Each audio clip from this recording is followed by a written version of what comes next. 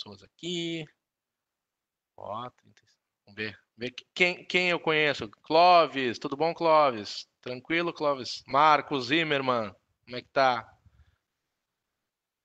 Maria Flâmia é minha Dinda, gente. Ó, até minha Dinda me prestigiando. Ó, valeu. Deniso, um amigão. José Inácio Fritz, bom, Inácio, valeu pela presença. Legal, gente, legal, que bom. Grande Clóvis, Clóvis da Grupo SLC, marcando presença. A gente botou aqui na tela principal, tem alguma dicasinha aqui de como conectar se alguém tiver com dificuldade. Também tem aqui se precisarem conversar com a gente, é só usar o bate-papo aqui do lado. Durante o evento a gente vai estar fazendo algumas perguntas, algumas enquetes, né, relacionadas ao tema. E aí vocês respondam também, vai aparecer a enquete aqui do ladinho. Isso é importante para a gente poder conversar sobre, né, os temas que vocês estão querendo que a gente fale. A gente vai ter hoje aí um seleto grupo de painelistas que vão nos agraciar aí com as suas experiências. Vai ser bem legal para a gente poder passar um pouquinho o que fazer para atravessar esse momento difícil e como liderar, né, empresas, como liderar instituições. E a gente vê também um pouquinho o que as empresas de vocês estão fazendo nesse momento. Na enquete, vou perguntando e vocês vão nos ajudando aqui a conduzir esse evento. Vamos lá. Então tá, vamos fazer o seguinte, já temos bastante gente conectada, agradeço imensamente a pontualidade aí de vocês, muito legal tê-los com a gente, e eu vou fazer um breve início aqui, vou passar um pequeno vídeo do nosso evento, e a gente depois começa com a palestra do meu amigo Gabriel Carneiro Costa. Vamos lá. Deixa eu passar esse pequeno videozinho aqui para vocês. Coisa rápida. Aqui. Vou roubar a apresentação para mim, Gabriel. Tá bom? Roubei de volta aqui. Boa. Bora lá. Aí tá. Vamos lá, gente. Valeu. Valendo.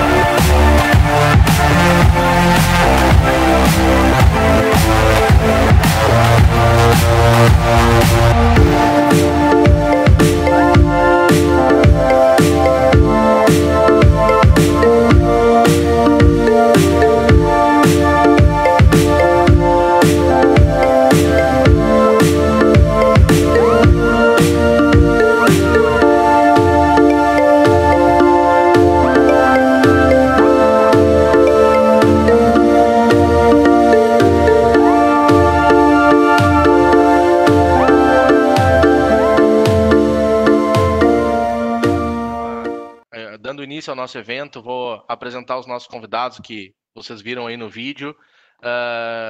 Gabriel Carneiro Costa, ele percorre uma jornada em busca de entendimento a respeito dos dilemas humanos, da felicidade e daquilo que move as pessoas em prol dela.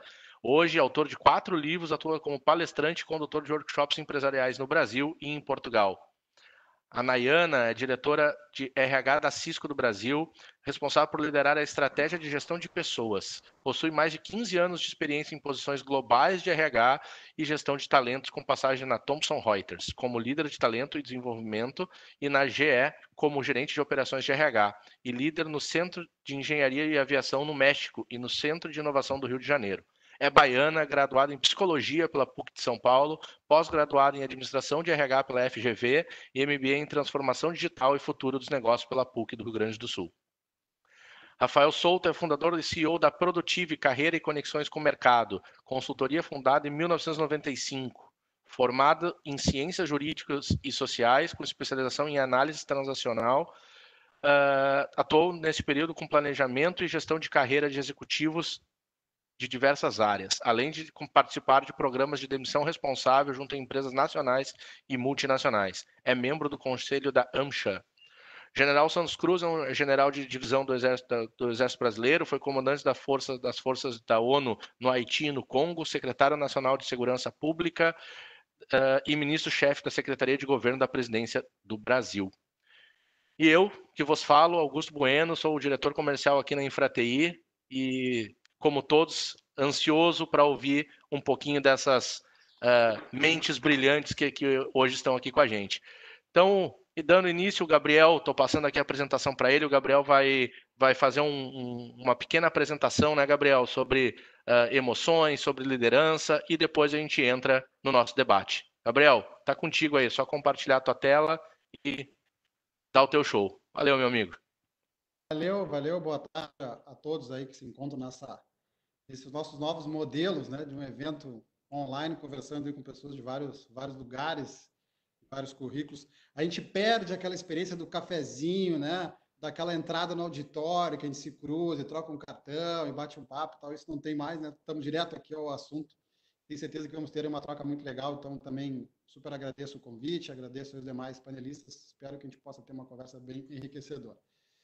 A minha proposta nesse início é trazer um pouquinho mais o conceito das emoções nesse momento que a gente está vivendo, tomando como ponto de partida de que nós estamos sim numa crise. Então, assim, eu acho que não é, meu ponto de vista, não é momento para a gente romantizar um processo que é uma crise. Estamos aprendendo, estamos nos adaptando, alguns estão se reinventando, estamos tendo ganhos, estamos aprendendo coisas. Eu acredito em tudo isso, mas ainda assim é uma crise, estamos todos nós de alguma forma impactados, seja pelo viés econômico, seja por saúde, porque eu estou infectado, porque alguém que eu amo está infectado, porque eu perdi emprego, porque eu perdi renda, porque eu perdi cliente, porque eu estou com saudade de pessoas que eu gosto, ou seja, por algum lugar todos nós estamos impactados. E uma coisa que a gente vem debatendo nos últimos anos, as últimas gerações, a gente se dá conta de que essas emoções fazem parte hoje, não podem mais serem negadas, né, no ambiente de trabalho. Durante uma época se viveu, né, a ideia de que os problemas pessoais ficavam lá fora e a gente hoje sabe muito bem de que tudo se cruza.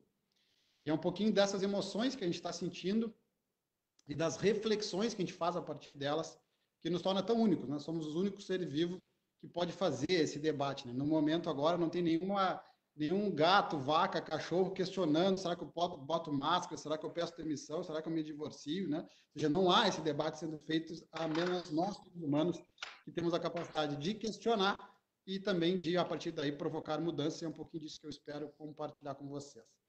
Eu vou apresentar uma matriz teórica e a partir dessa matriz eu acredito que a gente consegue ter uma conversa bacana com os demais. Essa matriz, ela foi criada pela Universidade de Rochester, em Nova York, logo após a crise do 11 de setembro. E passou a ser utilizada como uma matriz das emoções em períodos de crise.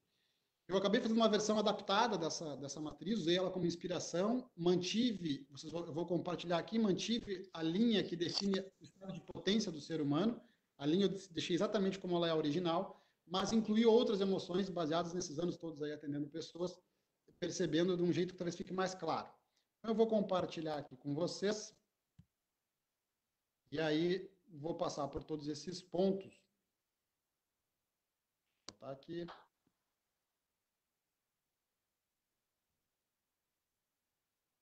Aqui. Acredito que esteja todo mundo vendo a matriz agora aqui, né? Eu vou passar um pouquinho mais rápido pela fase inicial, porque entendo que nós, enquanto sociedade brasileira, já vivemos uma boa parte dessa matriz, e vou me ater mais onde eu considero que nós estamos e depois a saída dela. Mas é importante contextualizar que o conceito, né, dessa matriz começa lá no aviso, lá na ameaça. Vamos pensar aí meses de janeiro, fevereiro, a China tem um vírus, a Itália tem um vírus, mas isso ainda era um aviso, uma ameaça para nós. A gente considera o ponto, e percebam na matriz que não é o ponto mais crítico, mas é a primeira pancada emocional, é quando de fato a crise acontece. E às vezes nós temos uma data específica, como foi o caso de 11 de setembro, e às vezes a gente tem uma crise financeira ou de saúde, ou como uma pandemia. Quando é que a gente considera esse ponto ali? Quando a crise afetou a minha rotina. Talvez em algumas cidades começou antes e algumas depois, ou seja, quando a crise passou a alterar o meu estilo de viver, é o ponto que a gente considera ali o evento, né, a crise. Vivemos um estado de pânico, imagino que a Maria vai lembrar, era todo, vai morrer 1 milhão de pessoas, todos os negócios vão quebrar, a gente nunca mais vai sair de casa, né, muitas mensagens, muita fake news, né, todo mundo precisava se alimentar, uma espécie de um pânico generalizado. Trabalhando com o que eu trabalho, com a parte de educação emocional, foi um período que deu muito crise de ansiedade, crise de pânico em muita gente nesse processo, porque tem uma projeção futura trágica, né? Depois a gente teve um momento de desorientação, imagino que todos vão lembrar, bota máscara, não bota máscara, abre janela, fecha a janela, sai de casa, não sai de casa, libera funcionário, não libera, né? Leva o filho para o colégio, não levo, e aí tá cheio de, aí a gente recebia um monte de coisa no WhatsApp, cada um dizia uma coisa, aí eu tinha que seguir a linha do que meu médico, agora vou seguir a linha do meu economista, agora vou seguir a linha da minha mãe, a gente não sabia muito bem que linha seguir, né? Porque estávamos desorientados nesse processo. Aí se vive um pico, que se vocês perceberem ali, é uma euforia que existe sempre no início de uma crise. O ser humano tende também, em algum momento, buscar, até como recurso de saúde interno, uma certa euforia que não se sustenta, ela é muito curta, né, um senso de heroísmo e de um altruísmo. E essa pandemia nos permitiu viver uma coisa nova, que foi um altruísmo digital. Então, a gente viu muitas coisas sendo colocadas de forma altruísta na internet. Eram livros de graça, filme de graça, curso de graça, né? As escolas abrindo as suas plataformas, porque havia esse senso de altruísmo. O que acontece aqui, que é um pouquinho importante que a gente perceba, é de que a gente idealiza a crise. Então, agora eu vou ler todos os livros que eu não li, vou fazer todos os cursos que eu não fiz, vou fazer um monte de exercício, vou comer saudável, os casais vão se apaixonar, os filhos vão obedecer, e nós vamos ter uma vida fantástica. Ou seja, há uma ideia de uma euforia nesse momento de senso de altruísmo e heroísmo, que ele não se sustenta. Ele dura muito pouco, né, esse processo, mas a gente vive essa ideia e a gente tem as redes sociais para esticar um pouquinho esse período. Então, a gente vai vendo nas redes sociais, nossa, as pessoas todas estão se reinventando, estão felizes com a quarentena, só eu estou infeliz, né? Mas isso sustenta pouco. Inicia uma fase de barganha. Aqui, nesse caso, eu não sei com quem a barganha, talvez com Deus, mas a gente tentou negociar, né? Não, quem sabe na Páscoa acaba, né? Tá bom, nós vamos se fechar agora, mas em maio a gente retoma, né? Aí, se a gente foi barganhando com alguém que também não sustentou essa barganha, eu imagino que todos vocês devem ter um lugar parecido com o meu, que eu não imaginei que nós entraríamos a agosto fechado em casa, e daqui a meia dúzia de dias estamos nós entrando em agosto. Então, essa barganha, obviamente, ela não teve nenhum valor, mas a gente parece que precisa para tentar se reorganizar e tentar criar um senso de término da crise, porque o ser humano precisa dessa sensação de controle, né? Então, se eu souber quando a crise termina, eu controlo, e como a gente não sabe, começa a vir, então, aquelas outras emoções ali, cansaço. Eu observei, tanto em empresas quanto atendo, quando o processo de atendimento individual começa ali a fase da preguiça, a desconexão, eu não consegui produzir o que eu queria produzir, a gente começa a entender que eu não vou ler a quantidade de livros que eu disse que ia ler, eu não vou correr a quantidade de quilômetros que eu disse que ia correr, eu não vou me encantar com a minha mulher, com o marido do jeito que eu disse que ia, eu não vou ficar com meu filho o dia inteiro em casa como, me divertindo do jeito que eu imaginei que ia. Então, há um cansaço e há uma quebra daquela idealização que se fez um período antes. E aí entramos numa zona de estresse. Perceba no gráfico que essa linha amarela é a linha da potência de energia. No gráfico que é aqui que a linha despenca. E eu não botei aqui, mas se a gente olhar, quando eu fui atrás não só da matriz, fui atrás de um artigo que explica essa matriz feita lá por eles, esse trecho que é quase 90 graus para baixo, a gente poderia colocar uma marquinha de looping, porque aqui é um risco de a gente ficar em looping, entre o estresse e lá embaixo o luto coletivo. A gente não conseguir sair deste lugar, e esse é o grande risco. Inclusive, entendo que nós, pelo menos no Brasil, estamos justamente aqui, nesse looping do estresse ao luto coletivo. Falando como sociedade. Importante dizer que essa matriz não é linear, a gente pode pular uma fase, a gente pode voltar, a gente pode repetir. E a gente pode entender que na minha casa eu estou num nível nessa matriz, na minha empresa eu estou no outro, e no meu país eu estou em outro. Nem sempre os times são exatamente iguais. O que acontece nesse nível de estresse? A primeira emoção negativa que surge é raiva. E a gente teve um discurso muito raivoso de muita gente importante. Num processo de crise, aí fazendo uma conexão com o tema do nosso evento, toda vez que eu me sinto desorientado na crise, é natural que a gente busque uma referência hierárquica para tentar voltar a ter algum nível de orientação. Esse hierárquico pode ser alguém mais velho, pode ser o meu chefe, pode ser o presidente da República, ou pode ser alguém que eu considere que entenda mais de um assunto do que eu. Mas eu preciso buscar essa referência que eu considero superior a mim, para me tentar buscar uma orientação em um lugar um pouco mais confortável. Quando a gente teve mensagens que já estimulavam a raiva, seja lá no Donald Trump, que começa dizendo, né, já trabalhando a culpa, o vírus é chinês, né, os Estados Unidos não vai passar por cima disso e tal, estabelece já um discurso, e aqui eu não faço nenhuma crítica ou elogio a questões políticas, estou me detendo em a emoção que isso gera. Então, não estou avaliando gestão política, estou avaliando a emoção que isso gera. Nós tivemos no governo brasileiro um bom período dessa raiva ativa. Né? Eu estou a favor do Bolsonaro, eu estou a favor do Mandetta, nós não tínhamos um discurso do qual eu pudesse concordar ou discordar, porque eu tinha mais de um discurso. Isso amplia o nosso tempo de raiva. E aí a gente viu pessoas brigando, amigos brigando em grupos de WhatsApp, em redes sociais, porque defendiam uma linha.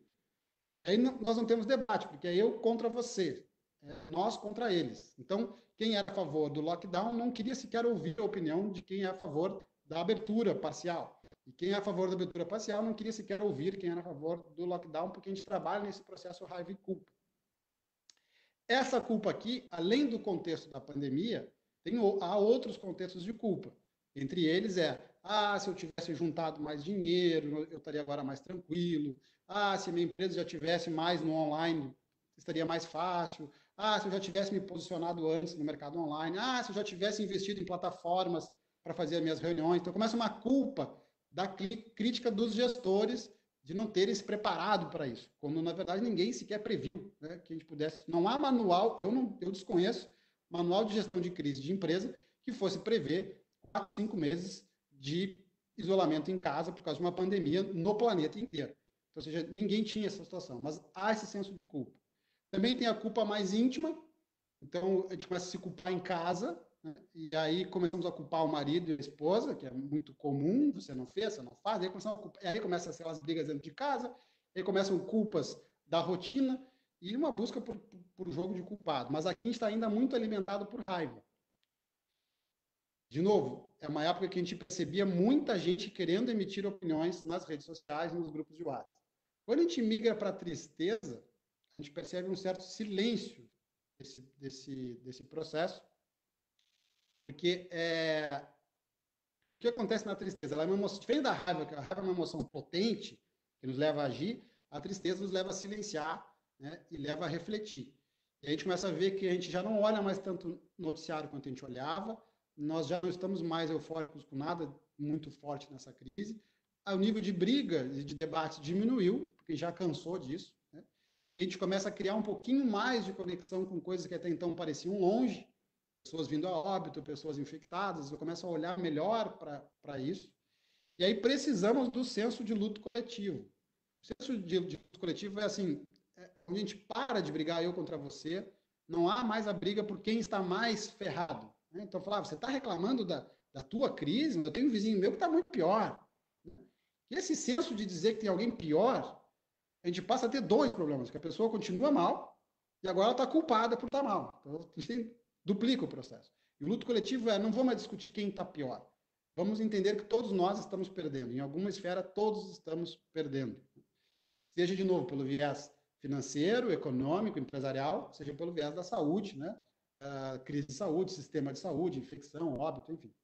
Então, esse senso de coletivo, do luto coletivo, que é o pico para baixo, a gente precisa passar.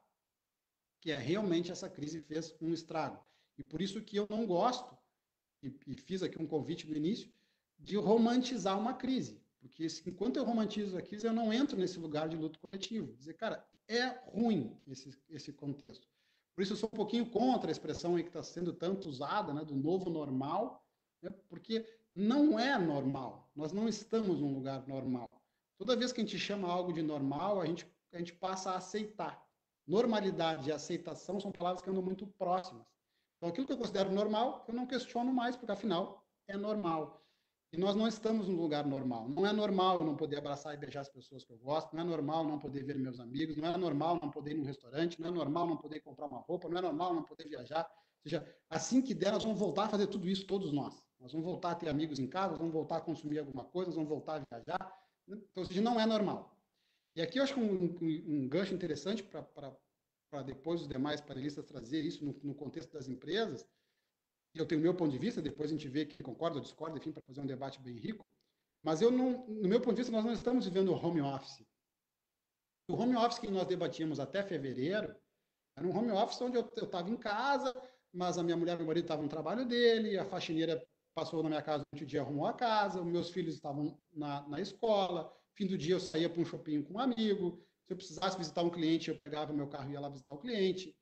Isso era o conceito de home office. O que nós estamos vivendo é isolamento social. Ou seja, eu estou em casa, minha mulher e meu marido também estão com os dilemas e com as dores deles, meus filhos na volta, eu já não aguento mais fazer tema de casa, porque agora o papel virou meu e isso ficou insuportável, essa ideia. Né? Eu agora estou efeito Big Brother, estamos todos nós 24 horas juntos, então a gente já não satura mais, não há amor que sustente num momento como esse, e esse senso da falta de liberdade, eu não posso sair. Então, ou seja, esse é o contexto que a gente está falando. As pessoas estão trabalhando de casa num modelo que não era o home office, que então se previa, como eu também acredito que não vai ser o home office que nós vamos ter pós essa pandemia. Eu acredito muito no modelo híbrido que venha e que as empresas se dêem conta que é possível trabalhar de casa, mas não desse jeito do qual eu não posso fazer nada a não ser ficar em casa. Por que eu estou falando isso? Porque a gente precisa dessa aceitação, que é o primeiro ponto de começar a subir, né, a nossa curva e começar a fazer essa retomada, né? Esse aceitar. Aceitamos a perda, aceitamos a parte boa e ruim disso, e aceitamos que precisamos juntos encontrar um novo processo, uma nova caminhada. Né? Aqui, tá, só porque deu um erro aqui. Esse processo de colaboração, nos últimos anos, todas as empresas debateram muito o processo colaborativo. Eu nunca teve tanto livro, tanta palestra para falar de processo colaborativo. Me parece que agora veio a grande prova. Né? Sabe aquelas pequenas provas que nós fazíamos no semestre da faculdade, depois vinha a última, que era a grande prova. Essa crise veio para saber, bom, agora vamos realmente ver se nós temos condições de serem colaborativos na prática. Então, agora a gente consegue ver quem são as empresas que têm o seu DNA colaborativo num momento como esse. E aqui começa a palavrinha, que eu acho que esse é o ponto para a gente fazer os principais ganchos da conversa, também poder escutar os demais, que é empatia. Não há processo de colaboração sem empatia. Tem um estudo que depois, quem quiser, me conecta lá por fora e eu posso compartilhar com vocês. Tem um estudo feito em 2018, no mundo, 66 países foram pesquisados sobre a sua performance de empatia na sua própria cultura. O país com o seu próprio povo, não com países externos. Tá? Dos 66 países pesquisados, o Brasil estava em 59. Nós estamos entre os piores países do mundo em empatia. E por que isso? Porque o brasileiro não debate. O brasileiro quer convencer. A quer convencer B de que A é certo e B a mesma coisa. Portanto, isso foge completamente do processo de empatia. Quando a gente pensa em emoção, que é a minha área que eu estou trazendo aqui para agregar nesse debate, quando a gente pensa em emoção, é importante entender que empatia não é necessariamente se colocar no lugar do outro, porque às vezes isso na prática nem é possível. Mas é dar permissão para que a emoção do outro surja. Então, se alguém vem e me diz, olha, eu estou muito mal, eu estou triste, estou preocupado, estou com medo de sei lá o quê, de projeção trágica, tem muitas coisas que a gente faz que não são empáticas, como o exemplo que eu dei antes, mas tu não pode reclamar, tem pessoas piores, isso não é empatia. Né? Ou a ideia dizendo que, não, mas veja bem, vamos lá, levanta, grita, né? Te olha no espelho, sobe nas cadeiras, vamos abraçar o mundo é nosso. Isso não anula a emoção de tristeza ou de desconforto que a gente possa estar tendo. Ou a ideia de que me parece muito recorrente, principalmente em lideranças, de que estar triste, estar preocupado seria uma fraqueza. Eu, então, não poderia apresentar a minha vulnerabilidade enquanto líder, porque isso seria uma fraqueza. E o processo de empatia, tem uma americana chamada Brené Brown, que fala muito sobre a arte de ser imperfeito, e ela fala sobre a vulnerabilidade. Ela é um ciclo que a gente vai nutrindo. No momento que eu mostro a minha vulnerabilidade, o outro também aceita mostrar a dele, e isso nos nutre um senso de colaboração. Eu penso que há momento aqui, neste ponto de colaboração, as lideranças também aceitarem falar sobre suas angústias, seus medos, suas preocupações, raiva, tristeza, culpa, né? Isso torna todos nós muito humanos, muito ok, para dar essa sequência que a gente precisa fazer para retomar, né, o nosso cotidiano. Aqui tem um pequeno tropeço, vamos dizer assim, nessa matriz, que é a memória do trauma. O que é a memória do trauma? Existem dois aspectos. Alguma coisa que me faça rever toda a matriz. Então, olha, parece agora que surgiu um vírus mutante na China, vai voltar. Pronto, voltamos lá para o início. Ou seja, eu resgato um trauma, né, daquele momento. Mas um segundo memória de trauma que eu acho legal da gente também pensar é quando eu lembro, por exemplo, eu tive uma situação que eu fiquei muito mal financeiramente há 10 anos atrás, fiquei endividado, foi muito sofrido uma época na minha vida. E aí agora vem esse período e eu faço uma memória do trauma. Eu tinha prometido que eu nunca mais ia viver aquela condição e estou eu agora no risco de voltar a viver aquilo por um outro motivo. Então eu resgato todo esse trauma e vem, inclusive, em termos de físicos, vem os mesmos sintomas, vem as mesmas questões ligadas com a memória de trauma e a gente precisa entender esse fluxo. E aí, então, começar esses novos debates. Meu ponto de vista, se nós pensarmos em termos de cultura das empresas, eu entendo que o máximo que a gente conseguiu chegar ainda no Brasil foi nesse ponto dos novos debates, onde de fato a gente começa a debater algo novo. E no primeiro momento, não se trata de debater algo novo, no primeiro momento é sobrevivência. Então a gente migra para as plataformas online simplesmente para sobreviver, para não perder clientes, para manter contato. Então não chega a ser um debate novo. Nós já debatimos plataformas online. Apenas a crise acelera esse processo. Aqui, nesse ponto da matriz, é realmente novos debates. Já, se não fosse essa crise, nós não estaríamos debatendo isso. Esse ponto ele só pode acontecer quando as pessoas deixam um pouco para trás essa emoção toda que está ali, de raiva, tristeza e luto coletivo.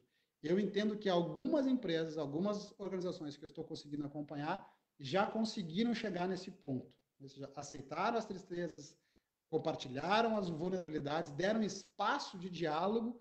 Eu acho que uma das coisas mais importantes nesse momento é deixar as pessoas poderem conversar sobre o que está acontecendo, para então criar esse espaço de novos debates. Daí para frente, eu entendo que nós no Brasil ainda não chegamos, né?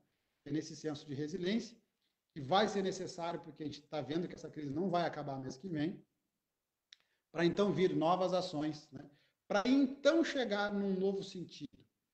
Importante comentar que o novo sentido de uma crise só ocorre no momento que essa crise termina, ou pelo menos esteja muito próxima de terminar.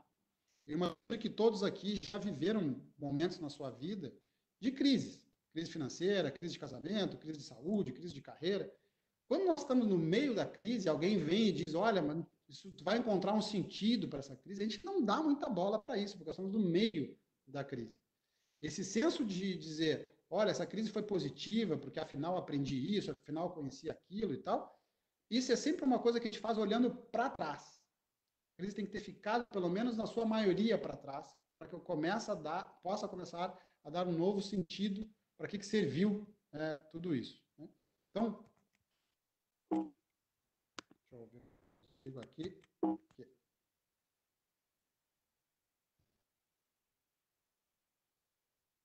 E para a gente voltar. Então, essa ideia do novo sentido, ela me parece que nós ainda estamos um pouquinho distantes dessa ideia de tentar encontrar um novo sentido.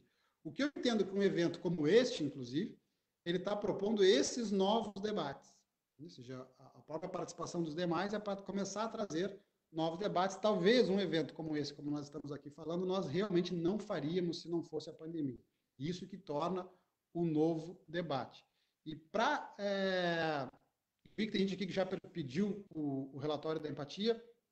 Depois, no final, eu deixo meus dados, só entrar em contato, eu mando. Tem uma matéria feita no UOL que explica essa pesquisa sobre empatia. Depois eu mando para quem se interessar. Mas quero concluir aqui minha parte para a gente abrir para para os demais debatedores, eu acho que nunca foi tão importante perceber conceitos de empatia, conceitos de compaixão, conceitos de que emoções negativas precisam ter permissão para que elas aconteçam. Da mesma forma que a gente faz com uma criança, e para quem tem filhos, né?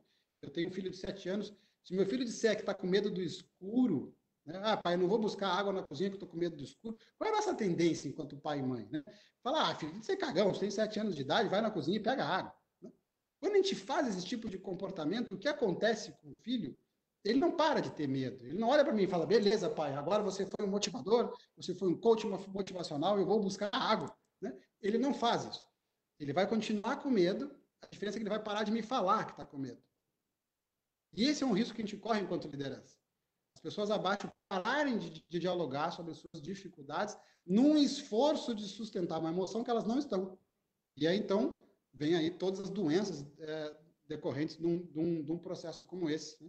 Eu acho que nunca foi tão necessário falar sobre isso. O conceito de inteligência emocional não é a ausência das emoções negativas, mas é como que eu lido com elas. Então, e eu acho que essa pandemia trouxe para acelerar esse debate. Então, achei que seria bacana botar essa introdução, compartilhando os meus pontos de vista sobre as lideranças no que vejo, seja pessoas que eu atendo, seja empresas. E tenho certeza que deu bem no time certo aqui, para passar a bola para os demais, para a gente poder enriquecer esse debate. Muito obrigado. Beleza, Gabriel. Obrigado pelas palavras. Gabriel, depois tem uma pergunta. A Paula pediu depois para tu voltar na questão da barganha. Eu acho que quando a gente tiver no debate aqui na tua vez na fila, aí tu retorna na questão da barganha, explicar um pouquinho de novo para a Paula que ela pediu aqui para gente. Mas vamos lá, eu vou perguntar para a Nayana. Nayana, tu lidera o RH né, no Brasil da Cisco. A Cisco é uma das maiores empresas de tecnologia do mundo, onde o Anywhere Office, né, já faz parte da cultura da empresa, inclusive é uma linha de negócio da Cisco. Em uma crise de saúde, como a gente está vivendo, qual é o papel da liderança da empresa para manter os colaboradores saudáveis e produtivos? Claro. Você me escuta bem, Augusto? Perfeito, está tudo ótimo. Ótimo. Bom, de fato, como você bem disse, as práticas de trabalho flexíveis estão no DNA, né? Estão presentes no DNA do que a gente faz, no DNA da Cisco. Mas tem um detalhe muito importante. Embora nós já estivéssemos acostumados, né, com o trabalho remoto, com a flexibilidade, o que essa situação de pandemia nos trouxe foi um cenário completamente diferente. Então, o que absolutamente ninguém, né, estava acostumado era trabalhar em uma situação em que todos estivessem trabalhando remotamente e ao mesmo tempo. E com as famílias, né, e com os filhos em casa, estudando, também pela primeira vez, né, para muitos remotamente. Então, não resta dúvidas de que tem sido um período extremamente desafiador para todos, inclusive para a liderança, inclusive para os líderes, e que tem nos mostrado a necessidade de aprendermos a sermos ainda mais flexíveis e adaptáveis. Então, e isso em tudo que fazemos, né? Especialmente na maneira como realizamos o trabalho.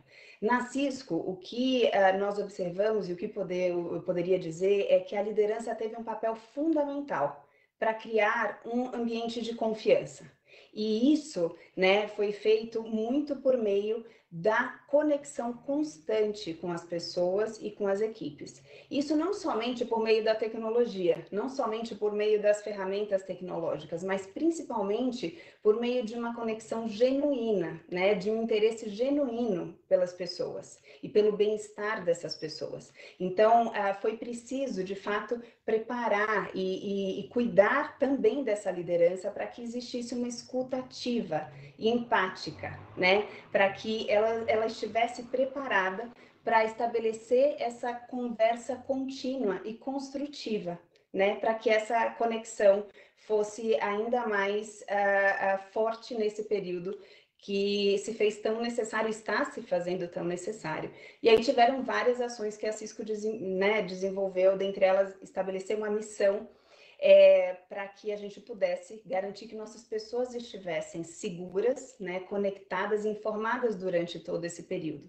E aí eu poderia citar algumas, mas a gente vai conversando, e aí a gente tem bastante tempo para compartilhar aí durante essa nossa conversa. Legal, obrigado, Nayana. General Santos Cruz, o senhor liderou cerca de 7.200 militares no Haiti, mais ou menos 17.500 no Congo, e mesmo com todo o treinamento militar, né, que essa tropa tem, muitos dos soldados provavelmente nunca haviam estado numa zona de conflito e em zonas extremamente carentes, né? Qual o papel do comandante da força nessas situações de alto estresse, para que essas situações não saiam do controle? Qual é o papel do comandante nesse cenário?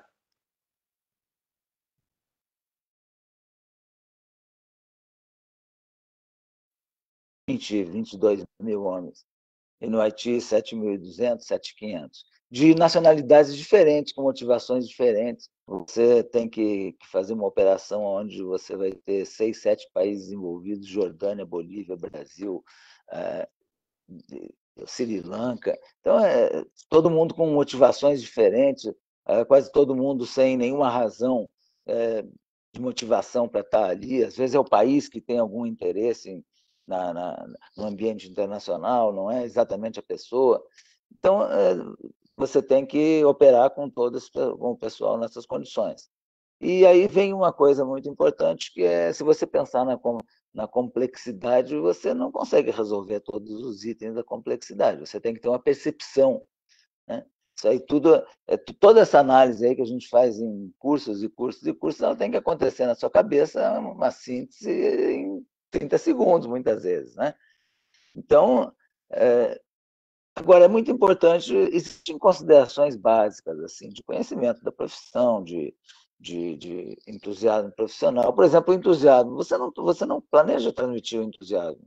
Se você for um sujeito entusiasmado, você vai transmitir isso naturalmente, vai acontecer. Se você não é entusiasmado, não adianta, você pode fazer o planejamento que quiser, você não vai transmitir. Então, tem muita coisa de espontaneidade. Toda essa parte teórica que se estuda, que se faz cursos, que se alerta as pessoas, elas têm que acontecer de maneira natural. Outra coisa, o líder ele tem que ter tranquilidade. E o líder ele se manifesta principalmente nas horas de crise, nas horas de problemáticas.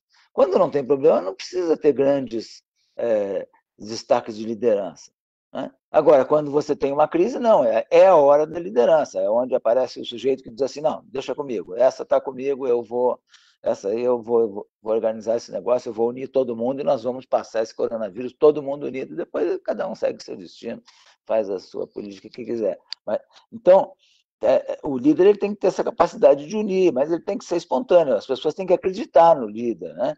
E ele transmite, como falou aí a Nayana, se ele tiver confiança nele, se ele for uma pessoa preparada, ele transmite confiança, ele transmite segurança para as pessoas, né? E outra coisa também que o sujeito não precisa se afobar com nada, ele tem que ter tranquilidade, ele tem que ser oportuno, mas não precisa se afobar, mas não pode ser afobado. E uma coisa que acontece é que você não precisa ser um super-homem para ser líder. Os liderados eles querem um chefe normal, eles querem uma pessoa sensível, com sensibilidade. Ninguém quer não precisa de um super-homem para ser líder, né? Então, agora, tem outras coisas que são fundamentais. Por exemplo, o respeito. O respeito, você escutar os seus assessores, seja ele quem for, né? Em qualquer nível, o funcionário, o participante, ele precisa ser respeitado, ele tem que sentir essa sensação de respeito, né? A outra coisa que o líder tem que ter como o risk management, como você trabalha com o risco, porque toda decisão tem risco. Vocês, na empresa, na vida militar, seja lá onde for, em combate, você tem muito risco. E esse risco, para a pessoa despreparada, como você falou agora aí, esse risco ele assusta algumas pessoas e outros não. Quando a primeira vez que você entra em tiroteio, é tanto tiro que é um negócio impressionante, você não consegue nem falar. às vezes o volume é muito grande de tiros, de barulho, né? E tem gente que cristaliza, e tem outros que não sentem nada, aquilo não produz sensação nenhuma. Então, a participação é fundamental para a liderança, né? A tranquilidade de aceitar o risco.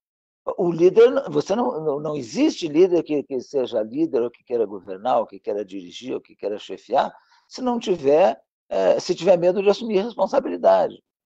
Tem gente que não, você percebe nitidamente na administração pública, na política, de vez em quando, o sujeito, não sabia de nada. Bom, mas como é que você não sabia de nada que aconteceu dentro do seu gabinete, aconteceu na sala do lado por 1, 2, 3 anos, 3 meses, 4 meses?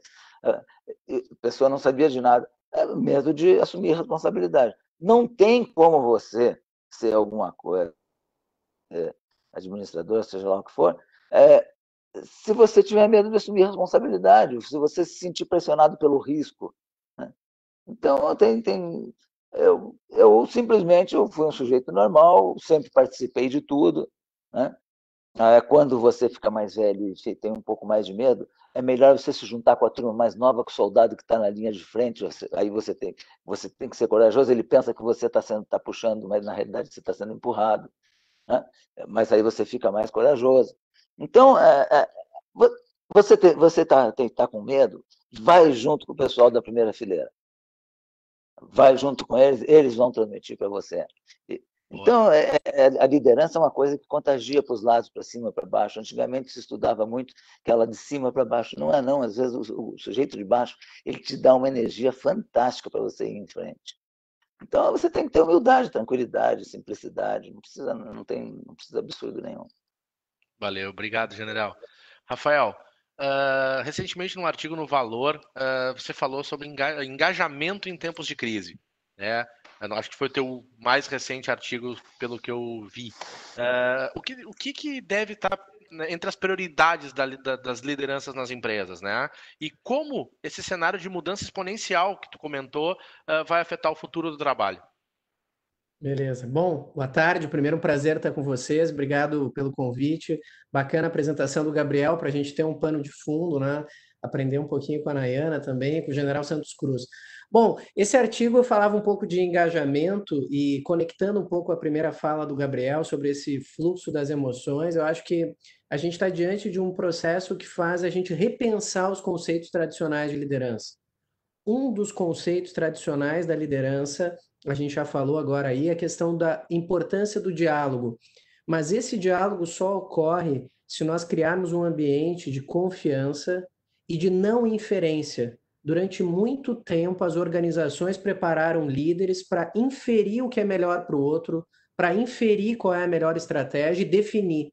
Hoje nós vamos ter que trabalhar mais com o senso de colaboração e de construção. E isso exige, uma palavra que foi citada aí, demonstrar vulnerabilidade. Olha, nós não sabemos, vamos construir.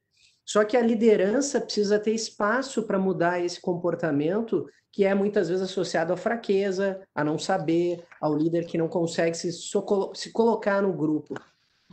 Eu até citei nesse artigo um estudo do Edgar Schein, que é um estudioso do tema de carreira e trabalho, e ele fala em ambilidade, ou seja, ambição e humildade, e que elas não seriam opostas. Eu posso ser ambicioso, posso ter interesse em ser CEO da companhia ou o que for, e eu posso ter humildade para gerir. E a inferência é um problema grave para a gestão das pessoas, o desenvolvimento das carreiras. Então, eu diria que o primeiro ponto aí é a gente estimular ambientes de diálogo e estimular que não haja inferência. Eu não preciso, como líder, definir o que é melhor para o outro. Durante muito tempo, a gente separou saúde física e emocional, por exemplo, do mundo do trabalho. Era como se fosse uma chavezinha. Vida pessoal está lá fora, trabalho está aqui. A gente entende hoje o conceito é life design, é o desenho de vida. Todos esses temas estão conectados. O líder que não conversa sobre isso, ele está deixando um lado importante da vida daquele membro do time dele um voo cego. Então, quando eu comentaste ali no início, eu participo do conselho da Anshan, e a Anshan traz de tempo em tempo o Ram Charan, que é aquele guru indiano, professor de Harvard, né, para o Brasil, autor de vários livros, Pipeline de Liderança, enfim. E eu estava no almoço com ele, e eu perguntei assim, mas Ram, me conta um pouco o que é o líder orientado a pessoas, que é um mantra contemporâneo, um ativo humano e tal. Ele diz o seguinte: olha a agenda do cara. Quanto tempo ele dedica numa semana para conversar sobre a pessoa? Ou ele conversa só sobre metas, processos e rotinas? Então, talvez a grande questão na pergunta do engajamento e o senso de pertencimento é dialogar com os indivíduos e ter tempo para esse desenvolvimento. Porque nós já não temos mais os modelos antigos de plano de carreira linear, em que a pessoa entrava na empresa e seguia uma trilha pré-definida. Nós temos alta imprevisibilidade nos negócios, nas estruturas, portanto, nós precisamos investir numa liderança que tenha tempo, repertório, espaço para fazer essas conversas construtivas. E um outro ponto que a gente também tem falado muito e faz sentido falar em diversidade, aí tem diversidade de etnia, de gênero, enfim, é a diversidade cognitiva, o direito de pensar diferente. Eu posso ter no meu time um indivíduo com 25 anos, super ambicioso, que quer crescer, e eu preciso ajudar ele a construir esse espaço, e posso ter um outro com a mesma faixa etária, na mesa ao lado, ou no home office próximo, que a última coisa que o cara quer é ser gestor, porque ele quer uma atividade, né, mais técnica, ele quer ter mais espaço para outras coisas da vida dele, e isso não pode ser um problema na empresa, um estereótipo de sem ambição. Então, eu acho que é nessa linha que nós vamos sair dessa pandemia com alguma lição para repensar aqueles modelos de comando e controle para modelos mais integrativos. Eu converso muito com operações industriais, o pessoal diz, bom, mas começa essa democracia demais aqui, isso aqui é uma fábrica, esse negócio explode. Tem questões de rotina, processo e método que são comando e controle, não tem muito questionar, porque envolve risco, mas o indivíduo, a carreira dele, exige um outro approach, exige um approach muito mais de desenvolvimento e menos de comando e controle. Eu acho que é um pouco dessa transformação que a gente está tendo a oportunidade de lidar agora. Legal, Rafael, muito legal. Bom, Gabriel, então tu tem primeiro, eu acho que uma missãozinha rápida de explicar para Paula de novo a questão da barganha, eu acho que pode coisa, e depois eu faço a perguntinha aqui para ti. Tá bem. Eu vou também retomar aqui que eu deixei passar uma pergunta do Denise, vou atender aqui os dois e misturar um pouquinho com o que os demais aí também trouxeram. A questão da barganha, ela na teoria, ela fala dessa barganha pelo término da crise, que ela, geralmente ela é uma falsa barganha. Porque quando a gente pensa na expressão barganha, pressupõe eu ter conhecimento das variáveis que estão em jogo. Então, se eu vou comprar ou vender algo, o comprador ele barganha baseado no preço de mercado daquele determinado produto. E o vendedor sabe dos custos do seu produto para saber qual é a capacidade de barganha. Então, ambos têm alguma orientação, né, alguma informação para poder barganhar. Numa crise, nós não temos essa informação. Né? Ninguém aqui sabe exatamente quando essa crise vai acabar, ninguém sabe se vem vacina, se não vem, quando vem, né, quantos mais vão infectar, a gente não tem essa informação. Então, essa barganha, a gente faz um movimento de tentar essa barganha, então muitas empresas deram mensagens, inclusive, olha pessoal, nós vamos fazer, as pessoas vão trabalhar em casa em abril, mas em maio a gente volta. Eu tive algumas empresas que usaram, inclusive, o 1º de maio, Dia do Trabalhador, como o dia que seria a volta. Ela é ruim essa barganha, porque como eu não tenho fator para sustentar ela causa um efeito nosso de descrença no processo. Da mesma forma como a gente vive no Brasil, toda semana a gente escuta falar que a próxima será o pico. Esse senso chega um momento que a gente não acredita mais nessa informação. Eu perco, a barganha ela vai fazer esse efeito. Ou seja, como é que você está barganhando em 1º de maio a gente volta se ninguém faz ideia do que vai acontecer? Então, mas ela passa. Eu percebo que hoje nós já não estamos muito mais vendo essa barganha porque a gente entendeu que a gente não sabe o término. Né? Mas também existe essa barganha dentro das lideranças. Né? Quando é que nós vamos voltar? Do que eu tolero? Olha, eu tolero que tu fique em casa, tá? Mas tem que mandar um relatório para mim o que tu fez durante o dia. Isso é uma barganha que começou a surgir nessa busca, pelo que o Rafael falou antes ali, do controle. Né? Eu tenho pessoas que dizem, pô, mas o que é ruim esse home office, que 9 da manhã, não sei se o cara está trabalhando ou não. Ou seja, a necessidade de controle. Então eu vou barganhar, falar, olha, eu estou te liberando de ficar em casa, mas no final do dia tu tem que me dizer o que tu fez. Né? Ou seja, isso é manter o mesmo modelo, só num cenário diferente, e não rever o modelo que aqui os 3 demais debatedores também trouxeram. Outra coisa que o Denilson passou aqui, o Denilson é um antigo parceiro, o Denilson que capitaneia aí um grupo de encontros de presidentes de empresas, e tive o privilégio de conviver junto. O Denilson perguntou aqui antes sobre quais eram as variáveis na matriz para montar a curva de tempo. mas se alguém mais pensou isso, é importante, é boa a pergunta do Denise para esclarecer. Aquele gráfico amarelo, depois quem quiser de novo eu posso compartilhar, ele não é tempo, ele é potência de energia do ser humano. Porque lá na origem da matriz, aquele gráfico eu não mexi, aquela linha original, lá no estudo original, eles definem que não tem como prever tempo, que cada crise, cada cultura vai variar no tempo. Então, a gente não tem como fazer curva de tempo ali, até porque ela vai e volta, esse processo, e aquela linha que eu apresentei amarela é a nossa disposição, a nossa energia, né? Nosso estado de ânimo perante... espero ter esclarecido. Diga lá, Augusto. Legal, Gabriel.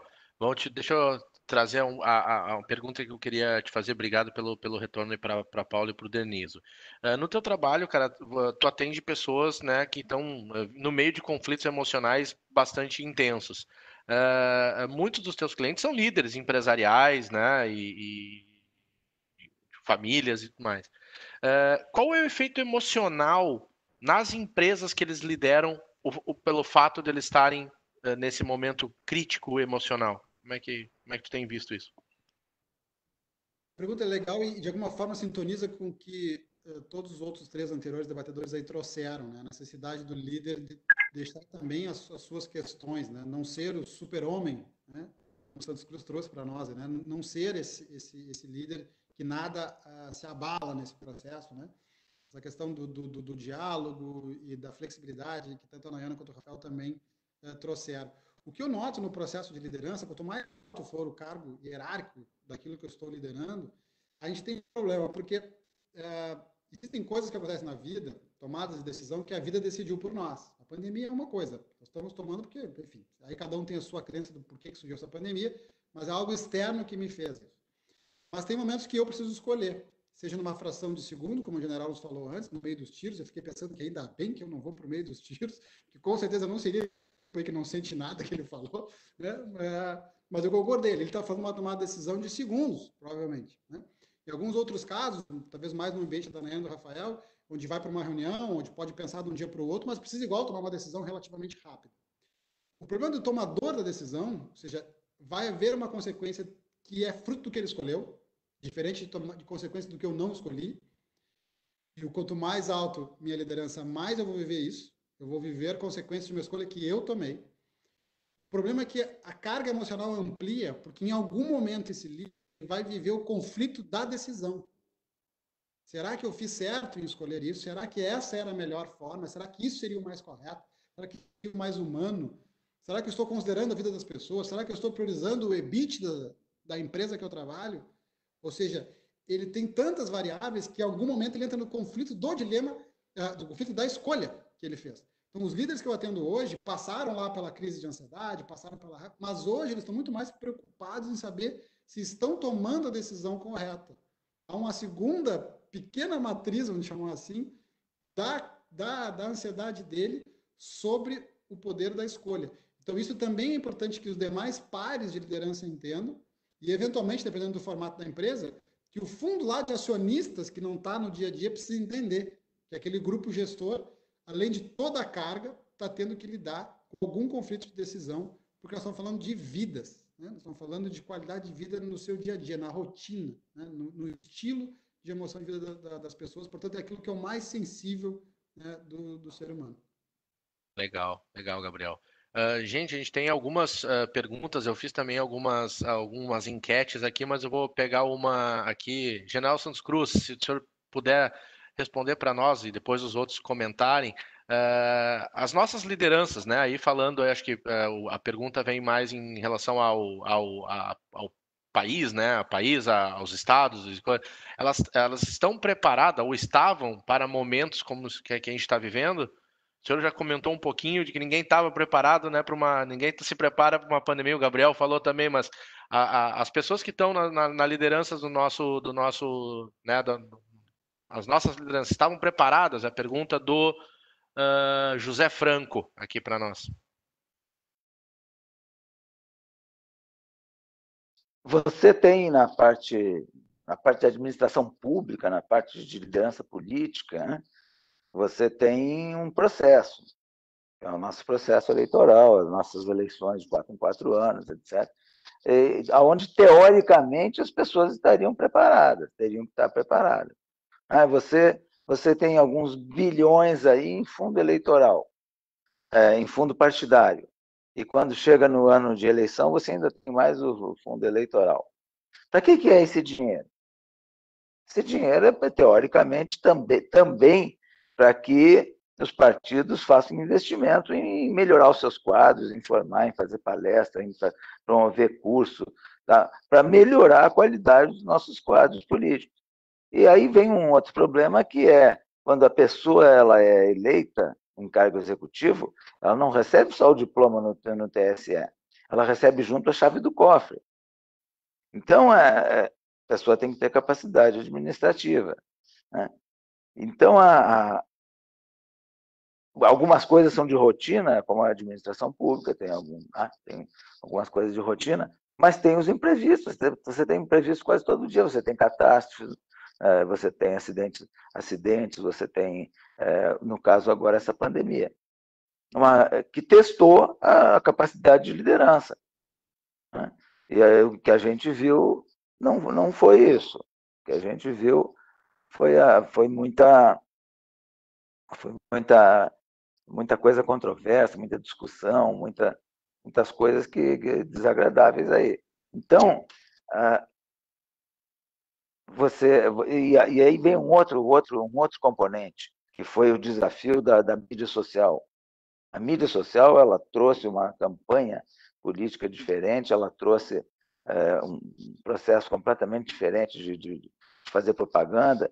Não houve, apesar de toda essa comunicação, não houve debate de ideias, foi só ideológico, porque tinha o candidato principal que estava à frente, que era o presidente Bolsonaro, teve aquele atentado lá contra a vida dele, então não participou de debate. Nós não tivemos nenhum debate de qualitativo, de ideias, foi só ideológico. Então, o que aconteceu é que não houve desmobilização, não dá nem para observar direito, não houve desmobilização. E aí você vê os grupos ideológicos mais radicais, e aí, como parece que vai ter eleição toda semana, parece que vai ter eleição semana que vem. Então, também não houve aquela paz social, aquela tranquilidade, não houve aquele equilíbrio do perdedor reconhecer o vencedor e o vencedor reconhecer que venceu para governar para todo mundo. Quando veio o coronavírus, o problema está comigo. Você não vê tantos debates sobre o problema da redução da nossa desigualdade social, que é completamente imoral. Você não vê muitas discussões acerca das dificuldades de eficiência da nossa justiça, dos nossos tribunais de contas. Todos os estados quebrados, aí todos eles têm tribunais de contas com estruturas maravilhosas, fantásticas, né? Então, você vê que tem muita gente que está em função importante, e a importância dessa função é você fazer alguma coisa pelas pessoas. Só existe, senão não precisa nem ter governo. Se não for para fazer alguma coisa pelas pessoas, e principalmente pelos mais necessitados, você não precisa nem existir, né? Então, você vê que falta muito, nós estamos muito longe ainda de reconhecer que as nossas lideranças estão preparadas para trabalhar de maneira mais nobre. Você vê uma briga por privilégio, você vê uma luta para continuar com os fóruns privilegiados, gastando 150 mil num tratamento de dentista, mas você leva a conta lá para o órgão lá e o órgão paga tudo com dinheiro público. Então, você vê a gente gastando 250 mil reais de passagem aérea durante o ano. O trabalho do cara é em Brasília, se ele vai uma vez por mês ou 2 vezes por mês lá no estado dele. Então, a gente vê a falta de consciência das pessoas. Essa pergunta aí, se ela foi dirigida à administração pública, à parte política, eu digo, nós estamos longe ainda de ter um nível de liderança aceitável pelo desrespeito às coisas públicas. Obrigado, né? A famosa, eu infelizmente tenho que concordar. Eu não tenho nem como. Infelizmente, o nosso país e os estados também estão bem mal representados em termos de liderança. Mas como, né, o viés da nossa conversa não é para ser política, vamos aqui pegar um pouquinho. O Dernizo falou aqui que em relação a, obviamente, preparo para uma pandemia, isso não é uma coisa que está no plano de contingência, né, normalmente, mas o Dernizo comenta aqui que as empresas têm, e aí falando de empresas, né, um plano de contingência. O que vai acontecer se o cenário mudar, né, principalmente grandes empresas e tudo mais. E a gente não viu, eu acho, esse plano em efeito em muitas empresas, sendo que muitas delas, principalmente as grandes que têm acesso aos fundos do governo, foram lá, a primeira coisa, pedir socorro para o governo, né, too big to fail, né, a famosa. E aí eu queria aproveitar e perguntar para ti, Nayana, dentro de uma corporação como multinacional como a Cisco, dentro de uma empresa, né, acho que com milhares de funcionários espalhados pelo mundo, como funciona dentro do nível de gestão essa questão de planos de contingência? Isso é uma coisa que é feito geralmente, e aí, obviamente, num cenário específico se faz algo mais específico, mas como é preparado dentro de uma multinacional, dentro de uma organização como a Cisco, esses planos de contingência? Sim, não só preparado como um plano, como equipes, né, que dão suporte a esse plano de contingência. No caso da Cisco, foi montado um plano para garantir que as pessoas estivessem, como eu mencionei, seguras, informadas e conectadas, né? E aí foi criado esse comitê, esse grupo de contingência e de controle, né, da pandemia, e outros subgrupos que suportariam toda essa equipe. O que é muito... E aí, como parte dessas ações, a gente poderia mencionar que, quando a gente fala de manter e colocar as pessoas em segurança, a Cisco determinou que mais de 75 mil pessoas estariam trabalhando obrigatoriamente de casa, assim que foi estabelecido, né, o lockdown, o trabalho, né, o isolamento social.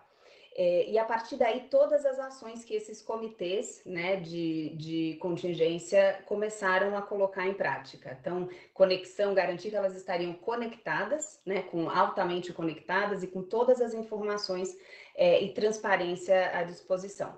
Então, intensivou-se todas as ações para que elas mantivessem a conexão com as equipes, né, os sistemas em funcionamento e essa manutenção constante com os times, né, de colaboração exaustiva com os times e com as pessoas que elas precisavam e com as suas comunidades. Isso foi fundamental, né, para agir e reagir num cenário de pandemia. E aí a gente está falando de todas as equipes, recursos humanos, tecnologia, finanças, todas formaram comitês de contingência, né, para a pandemia. O que ajudou muito, e aí falando da liderança, foi o que nós chamamos de check-ins, ou seja, toda semana garantir que o comitê executivo estaria em contato com todos os 75 mil colaboradores por meio de conferências, garantindo que tudo que emergia, né, como um tema a ser trabalhado ou conversado seria informado com total transparência, né? Então isso foi fundamental. Esses são alguns dos exemplos de como um plano de contingência funciona e como uma equipe de liderança pode agir, né, diante de situações das quais a gente não tem controle, mas a gente pode agir, né, e reagir. Sim. Obrigado, Nayana. Rafael, Nilson, meu amigo Nilson do CIE, está fazendo uma pergunta aqui para ti, especificamente para o Rafael. Augusto, pergunta para o Rafael. E se o seu liderado é um bom profissional, cara, atinge as metas, mas é uma pessoa fechada, né, na sua vida pessoal, como é que o líder deve lidar com isso? Como se aproxegar da pessoa que é mais fechada e conseguir que ela ajudá-la e fazer ela evoluir na carreira?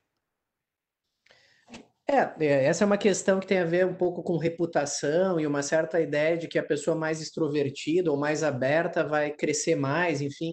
Eu acho que a questão da timidez ou alguém mais retraído não impede o líder de ter uma relação próxima com ele no limite que ele permitir. Então, muitas vezes o líder está à disposição, se colocar disponível por um momento e também falar, a gente fala de estabelecer pontes. Quando eu, como líder, me abro, eu crio um espaço no limite de cada um. Então, o primeiro movimento, se eu tenho alguém fechado, é perguntar se ele está precisando de alguma ajuda, como é que ele está se sentindo nesse momento e colocar um pouco do que eu penso. E aí tem um pouco, eu queria conectar essa pergunta com a anterior que tu fizeste sobre o papel da liderança e um pouco da fala do general Santos Cruz sobre a questão pública, né? Eu vejo que na iniciativa privada nós tivemos uma rápida adaptação a esse novo movimento. O Sapiens é implacável do ponto de vista de adaptação e não é à toa que ele dominou esse pequeno planeta azul.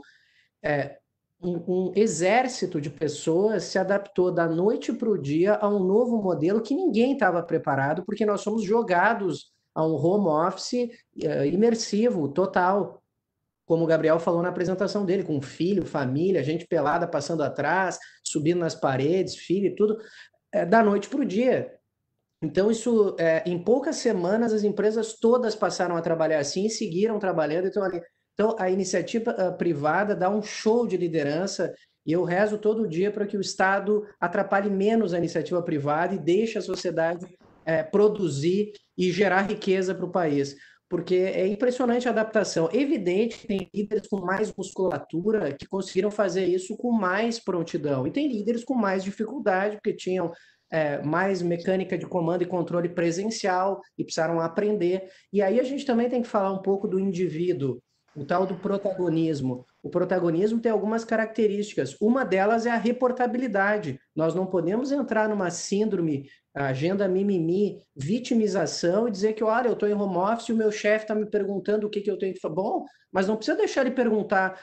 Coloque você, cuide da sua carreira e faça reportes, mostre o que está fazendo, cuide da sua reputação profissional, porque também a gente, no outro extremo, coloca a liderança como responsável por tudo, como problemática, e esquece que todos nós, independente da posição que estamos, também temos que reportar, também temos que criar um ambiente que deixe o líder mais tranquilo. Então, eu diria que o exercício de curiosidade, reportabilidade também é um aprendizado para todos nós, independente da posição hierárquica, do estagiário ao CEO. Como eu me faço visível? Como eu apresento o meu trabalho? E eu acho que essa é uma jornada que todos nós precisamos investigar. Então, eu acho que para o mais tímido, é baby steps, é passinhos de bebê. Às vezes ele vai dar um pequeno reporte, ele vai abrir algo que para ele é mais confortável e tudo bem. E o líder tem que lidar com essas dinâmicas distintas na tal diversidade que a gente tanto fala. Sim, legal, legal. Pegando um gancho, Rafael, que tu comentou, né, que fomos jogados ao home office, a Graziele pergunta aqui, Gabriel, se é aconselhável que o líder, por exemplo, organize as reuniões do seu time de forma individual ou com toda a equipe? Na tua opinião, tem alguma melhor abordagem que deveria ser feita nas empresas? Pois é, eu acho até aí que o Rafael e a Ana também podem contribuir com essa pergunta. Eu gosto muito da ideia de que tenha reuniões coletivas para falar de coisas que fujam da pauta, um pouco até do que algo que eles também trouxeram aí, porque nós tínhamos pequenos pontos de conexão. Nós tínhamos a conversa que a gente fazia quando ia buscar o café na porta do banheiro.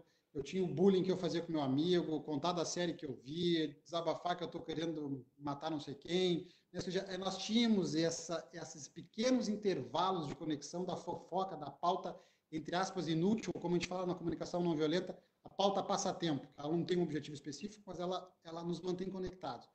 O mundo online perdeu isso. O mundo online, realmente, objetivos das reuniões são muito mais rápidas no mundo online, porque te entra a pauta e fecha. Então, uma das coisas que eu tenho provocado com as empresas é haver espaços onde as pessoas possam, no seu grupo inteiro, fazer a reunião, que dure 15 minutos, e pode ser, olha, é 1h30 da tarde, todo mundo com um cafezinho na mão, e para contar como é que está, e como é que foi a semana, o que queira compartilhar, porque isso nos ocupa muito emocionalmente, é importante que a gente entenda. A questão é que esse é um ponto. O outro ponto é que o online é muito fácil a gente desconectar. né, do online, porque é muito fácil eu aqui do lado mexer uma coisinha agora aqui, ó, ninguém está vendo que eu estou com o meu celular na mão, mas é fácil eu estar aqui com o celular na mão. É muito fácil a gente desconectar. Portanto, eu acho que é muito importante a pergunta de quem realmente precisa estar. Em tese, nós já fazíamos isso com as reuniões presenciais, mas todo mundo ia lá com os seus cadernos, fazia menu de anotação, batia o caderno, tá, não vai servir para nada, mas eu participei da reunião. Talvez agora seja o momento de revisar quem realmente precisa estar, e numa ideia dessa de conexão que eu sugeri, quem tem interesse em estar. Porque eu não acho que tem que marcar uma reunião de cafezinho para todo mundo obrigatório. Falo, cara, nós vamos abrir aqui 15 minutos para quem quiser entrar lá e conversar um pouquinho de amenidades, né? Mas quem quiser, tem gente que não quer, né? Então, ou seja, eu acho que é o momento desse senso mais democrático. E gosto muito dessa ideia que o Rafael trouxe, de que, bom, em algum nível de atividade, algum controle vai precisar. Então, em algum momento, o líder vai dizer, essa reunião eu preciso que todo mundo esteja. Né? Porque aí ele está determinando porque a pauta assim pede. Né? Então, acho que é legal fazer isso nesse contexto e entendendo essas realidades que a gente tem, né? Como o Rafael falou, a música que entra, a criança... Como eu sou solteiro, não tem risco de passar ninguém pelado atrás de mim, como o Rafael falou, mas eu acho Solteiro até tem mais risco, hein, Gabriel? Solteiro tem mais risco. Pode ser, prefiro não falar nada sobre isso. Eu prefiro pensar no meu filho, que esse tempo passou atrás, de fato, enquanto eu estava fazendo. Então, acho que esses contextos. Mas eu acho que essa pergunta é bem legal também de ouvir eles direto aí que estão lidando com as empresas. Isso aí. Nayana, Rafael, General Santos Cruz, fiquem à vontade para comentar essa questão das reuniões individuais ou em grupo, qual é o pace que a gente tem que falar? Porque hoje a agenda está cheia de reuniões, né? As reuniões estão mais curtas, isso é verdade, mas elas estão ocupando o dia todo. Antigamente tinha a questão do cafezinho, hoje não dá mais tempo. Um Webex atrás do outro e curtos, meia horinha, mas a gente está. A minha sensação, pelo menos, é que a gente está trabalhando. Estamos entregando as 8 horas por dia que estava no nosso contrato de trabalho, que ninguém nunca entregou, agora está entregando. Mas, ou mais, né? Ou mais. E, general, fica à vontade. Olha, sobre isso, é muito importante o ambiente que se cria. Tem que ser um ambiente completamente livre para opinião, para conversar, né? Seja individualmente, com todos os níveis de funcionários, do pessoal que participa da empresa ou da estrutura militar, ou em reuniões que são realmente coletivas com os chefes de departamento, etc. Mas tem isso aí tem que correr num ambiente assim de franqueza e de tranquilidade. É muito importante o líder transmitir essa tranquilidade. Todo mundo, ninguém vai correr risco por dar ideia. Inclusive, uma coisa que a gente não precisa nem ser, mas é muito inteligente. O líder não precisa ser tão inteligente. Se ele der tranquilidade para o pessoal trazer ideias, o único trabalho dele é selecionar as ideias, porque vão aparecer ideias muito boas no meio de uma infinidade de opiniões que aparecem. Eu lembro, eu era comandante das tropas no Haiti, por exemplo, e o pessoal civil também, da missão da ONU, vinha trazer sugestões, faz isso, faz aquilo, né? E algumas das sugestões vinham de pessoal civil que não era militar, né? Quanto mais pessoas trouxerem opiniões, o Estado-Maior, eu tinha um Estado-Maior no Haiti de 100 pessoas, no Congo eram 200 oficiais de nacionalidades diferentes. Então, você tem que dar liberdade para esse pessoal todo, e você não precisa nem se preocupar muito, porque vão chegar maravilhosas ideias. O seu único trabalho é selecionar ali o que você vai aproveitar. Porque da sua ideia sua, se tiver 20%, é muito. 80% o pessoal traz para você. Então, o líder ele tem que ter tranquilidade, humildade, deixa o pessoal falar, conversa com todo mundo, dá a chance e ele vai colher um monte de ideias boas para a administração dele. Legal. Nayana, Rafa. Que aula, né? É sempre muito bom ouvir e absorver também com esses aprendizados. Eu concordo com isso, né? Tem sido a gente tem tido essa oportunidade de selecionar quem tem que estar, né? Como o Gabriel colocou, e com isso tem ajudado a gente a ser muito mais produtivo. Tem essa questão do respeito, ouvir muito mais e quem é que pode trazer mais ideias. Eu acho que o líder tem muito esse papel, né? Um mediador também, né, de estar ali. O que eu percebo é que as duas, tanto a individual quanto as reuniões de grupo, elas são igualmente importantes, né? Ainda mais, não só nesse momento, mas sempre. O grupo, porque traz esse monte de ideia e é importante para balizar, saber se, né, o grupo está indo na direção correta. Agora, a individual também é igualmente importante. Ela não precisa se alongar, mas pelo menos que tenha um ritmo e que o líder possa estar constantemente em contato com os membros de sua equipe para fazer entender, né? Falar, olha, eu te vejo, como estão as coisas, que ajuda você precisa de mim, e ter esse alinhamento, né, das expectativas do que se espera, né? Tanto a pessoa, né, o profissional da organização, o líder desse profissional e garantir que vai existir a criação dessa confiança, né, de que estão juntos, caminhando, né, para a entrega de um mesmo objetivo, digamos assim. Eu acho que as duas são igualmente importantes e é fundamental para manter a conexão e a coesão de um time mais engajado e produtivo. Só um comentário rápido nesse tema das reuniões, né? Acho que já está bem comentado. Tem que cuidar porque a gente vive um período de calibragem, porque os rituais de trabalho mudaram muito rápido e a gente está aprendendo a lidar com outros rituais.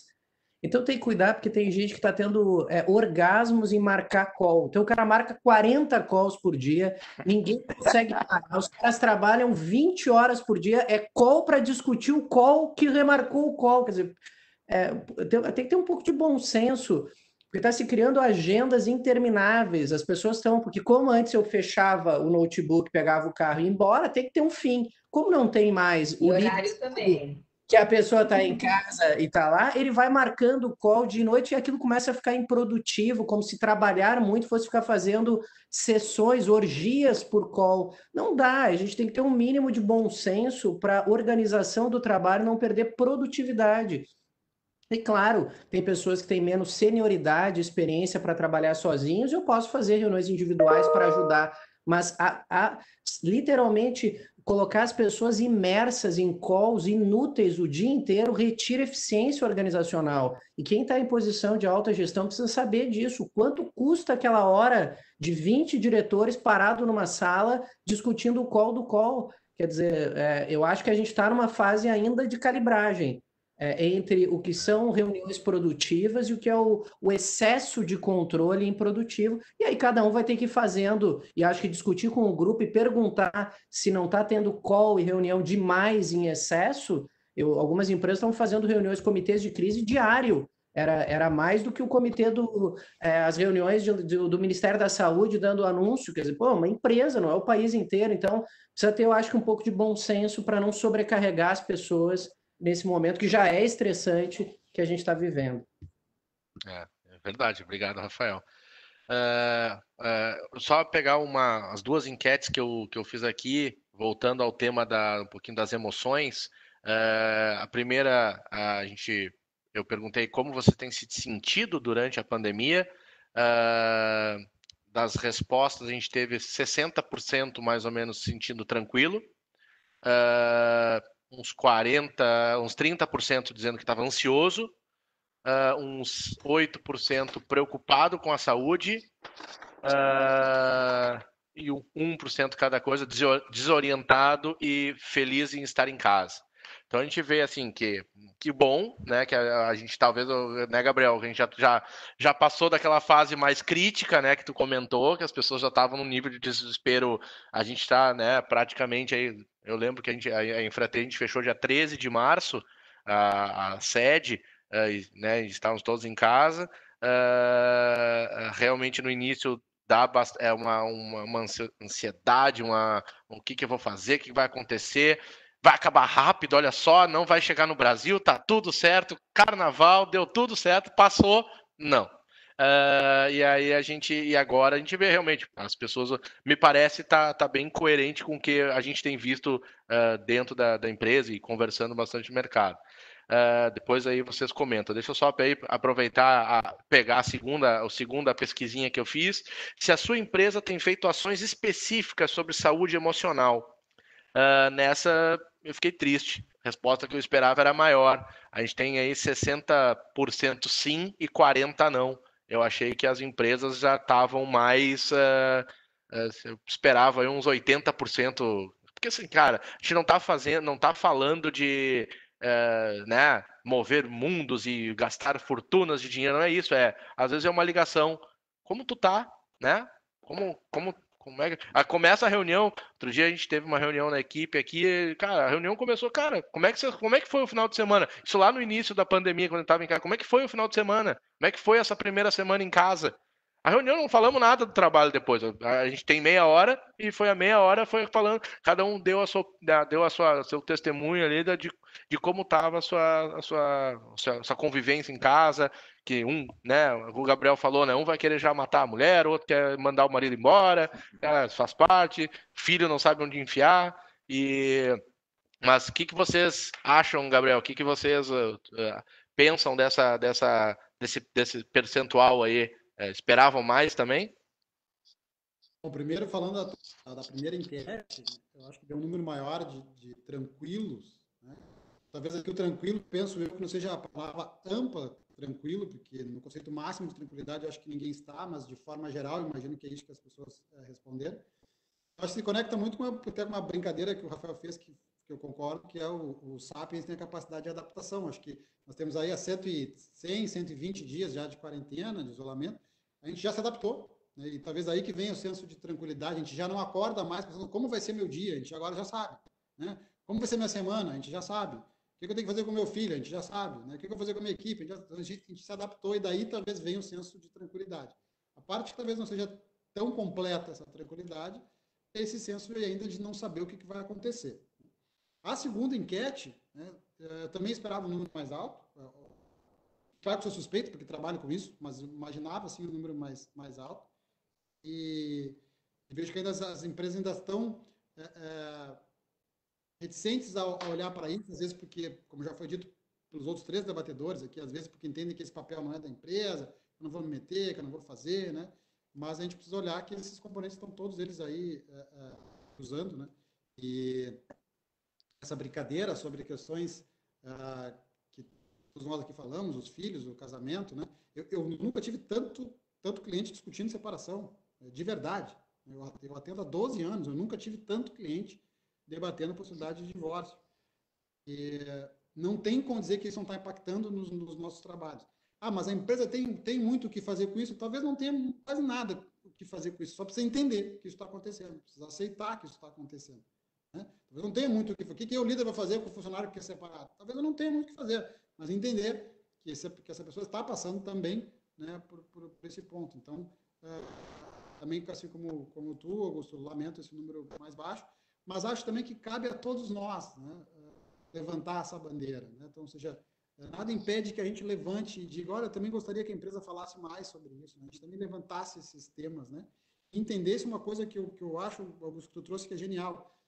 Pode ser uma campanha que se investe dinheiro, vai investir em marketing, vai chamar empresas, consultores, pode, mas não necessariamente. Pode ser justamente esse telefonema que a gente faz com pessoas que a gente ama. Né? A gente liga para o pai, para a mãe, para um irmão, fala, cara, tá tudo bem aí contigo? Né? Por que não também propor isso que não custa dinheiro nenhum, né? que não pressupõe tempo, porque isso não é algo para pôr na agenda, é algo de estilo de ser. Né? Então, acho que também vale para que todos que estão aqui no evento pensem o que eu estou fazendo. Em vez de ficar dizendo, minha empresa não faz, o que eu estou fazendo? Né? Qual é a parte que me cabe, que eu estou topando fazer para trabalhar as emoções no ambiente do qual eu faço parte. Legal. Olha, essa enquete que você fez aí, ela logicamente, ela se refere ao grupo que está assistindo, a nós todos aqui que estamos no programa, né? Nós temos uma situação razoavelmente confortável, uma situação estável, apesar da pandemia, tudo isso. Mas o grande público está passando por uma pressão muito forte, né? As pessoas, principalmente aquelas que têm um nível social mais baixo, um nível de rendimento mais baixo, elas estão passando uma situação que tem que ser vista, está sendo vista, até o governo está fazendo algumas coisas aí e tal. Agora, pessoal, a gente percebe, eu estou aqui no interior, estou aqui numa cidade pequena, estou na área rural, o pessoal está passando muita dificuldade. Então, é uma enquete que é muito específica para nós e não pode nos iludir que todo mundo está passando na mesma situação.